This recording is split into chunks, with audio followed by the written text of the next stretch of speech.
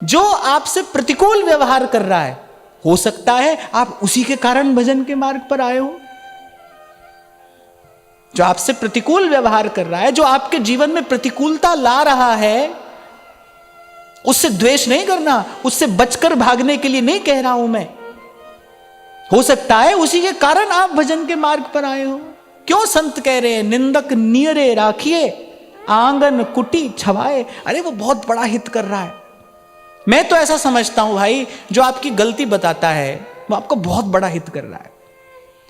कबीर तो कह रहे हैं, बोले उसको अपने घर में ही रखो, उसके भोजन पानी की भी सुंदर व्यवस्था करो। वो पूछे कि हमको क्या करना है, बोले एक ही काम, बस हमारी गलती बताते रहना, यही करना है तुमको। संत का दृष्टिकोण अलग है ना, उसको अलग वस्तु चाहिए,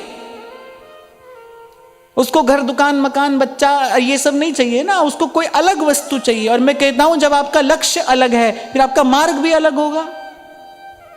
अगर आपका लक्ष्य दिव्य है, विलक्षण है, तो फिर आपका मार्ग भी विचित्र होगा। अब मैं देखो, मेरे पास कोई और काम तो है नहीं दिन भर, मैं तो यही उलट पलट कर और बार बार सोचता रहता हूं, विचार करता रहता हूं, भाई क्यों कहा होगा, किस किस स्थिति में कहा होगा, क्या अर्थ है इसका। तो कह रहे भाई निंदक नीरे राखिए आंगन कुटी छवाए। बोले उसको घर में रखो, घर के पास रखो, और उसके भोजन पानी की भी व्यवस्था करो, सुबह शाम उसका हालचाल पूछते रहो। और बोले तुमको एक ही काम करना है, हमारे पर बिल्कुल पैनी नजर रखना और हमारी गलती बताते रहना। आलोचना के बिना प्रतिभा का विकास नहीं होता। आलोचना के बिना प्रतिभा का विकास नहीं होता। कला के क्षेत्र में भी अगर कभी कोई मास्टरपीस बनता है ना, तो उसको बहुत सारे आलोचकों की आलोचना से निकलना पड़ता है, जिसको आपकी भाषा में क्रिटिक कहते हैं। क्रिटिक, आलोचक, उसका एक ही काम है आलोचना करना। वो 1000 गुण एक और रख देगा, एक गलती निकाल कर बताएगा। उसकी ऐसी पैनी, ऐसी सूक्ष्म दृष्टि है, एक गलती निकाल कर आपको बताएगा। पर उसी के कारण वो वस्तु मास्टरपीस बनी है।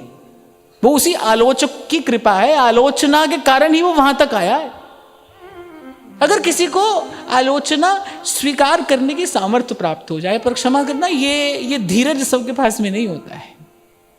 घबरा जाता है व्यक्ति, प्रतिक्रिया देने लगता है, खींच जाता है, रुष्ट हो जाता है। पर जिसे ये सहना आ जाता है, वो तप कर निखर जाता है। क्योंकि भाई ऐसे ही गिरते पड़ते यहां तक आए, आगे भी जाएंगे। तो जीवन में इस बात का अनेक बार अनुभव हुआ। अच्छा नहीं लगता जब कोई आपकी गलती बताए, उस समय अच्छा नहीं लगता। मेरे साथ तो ऐसा हुआ, कभी ऐसा हुआ कि जब कोई कहता था तो उस समय बहुत प्रिय नहीं लगता था, पर आज भाई उन सब का धन्यवाद है। मैं व्यासपीठ से कह रहा हूं ये बात, उन सब का हृदय से धन्यवाद है। क्योंकि जीवन में जो सकारात्मक परिवर्तन हुआ, जीवन में जो सुंदरता आई, वो उन्हीं जनों के कारण है। और मैं तो ये भी देखता हूं भाई, प्रशंसा करने वाला तो डुबा देता है।